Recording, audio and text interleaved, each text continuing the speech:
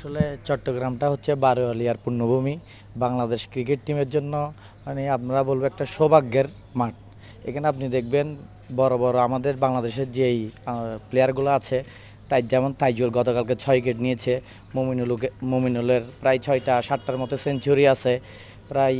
এইসব দিক দিয়ে বিবেচনা করলে বলা যায় যে চট্টগ্রাম হচ্ছে বাংলাদেশ ক্রিকেট টিমটা জিতার জন্য যে মাঠটা দরকার ওটা হচ্ছে সাগরিকা স্টেডিয়াম, বীরশ্রেষ্ঠ মতিউর রহমান স্টেডিয়াম।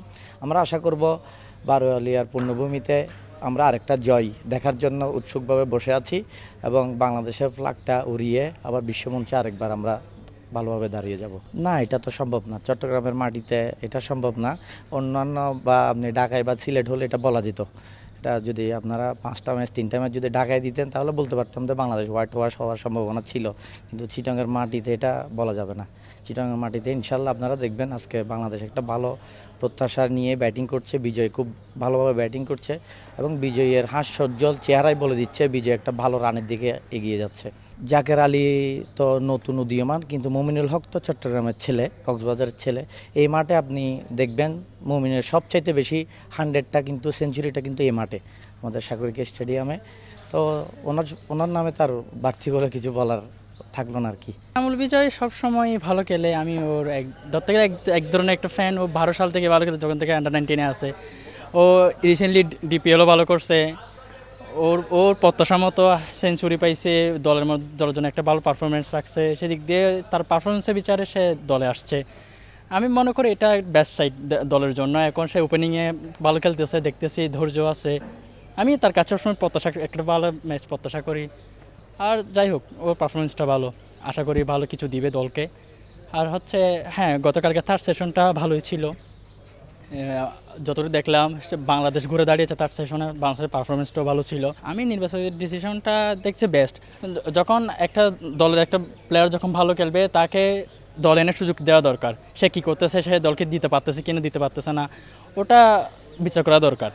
আর যদি দেখে যে মানে সব দিক দিয়ে সব কিছু ঠিক আছে, তাহলে তাকে দলের মধ্যে স্থায়ী করা দরকার। সব মানে যত্ন নেওয়া দরকার, যাতে তার পারফরমেন্সটা দিন দিন আরও ভালো হয়। জি আলহামদুলিল্লাহ, তাইজুল ইসলাম ভালো খেলছে। লাস্ট সেশনে একটা বাতাস মারছিল, বাতাসের পর থেকে তাইজুলের ঘূর্ণিটা মনে হয় আরও বাড়ে গেছে। তো আলহামদুলিল্লাহ তারপর থেকেই উনি রীতিমতো উইকেট পাইছে। আলহামদুলিল্লাহ আজকে সকালে উনি ফার্স্ট উইকেটটা তুলে নিছে, এই জন্য শুক্রিয়া আল্লাহর কাছে লাখো কোটি। সে বোলিংয়ে ভালো করছে, আমি দোয়া করি আল্লাহ উনি যেন ব্যাটিংয়েও যেন ভালো কিছু করতে পারে।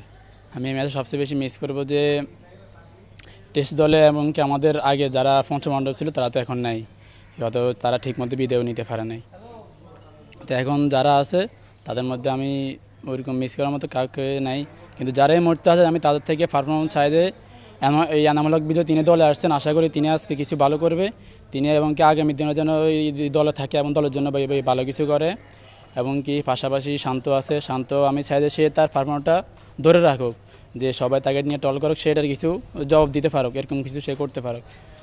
আর জাকির আলী অনেক সে শুরু থেকে ভালো করতেছে, আমি বলবো যে সে তার আর একটু দায়িত্ব নিয়ে খেলা দরকার। আমি ওই দিন প্রথম টেস্ট ম্যাচ দেখছিলাম যে সে হাসান মাহমুদকে তাইজুলকে ব্যাটিংয়ে পাঠিয়ে দিতেছে, কিন্তু এই মুহূর্তে তার উচিত ছিল কি ব্যাটিংটাকে নিজের দায়িত্ব নিয়ে কি খেলাটা, কিন্তু সে ওটা করে না। সে একটু সরে সরে হাসান মাহমুদকে দিয়ে খেলাইছিল। এই জন্য তো আমাদের তো ওই দিন যদি আপনার অনেক আরও ভালো খেলতো, জাকির আলী অনেক আরও ভালো খেলতো, তাহলে আমাদের রান আরও বাড়তো।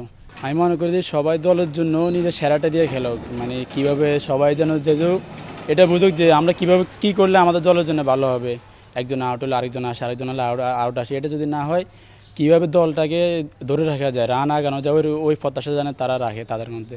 দ্বিতীয় টেস্টটা কি বাংলাদেশ জিততে পারবে?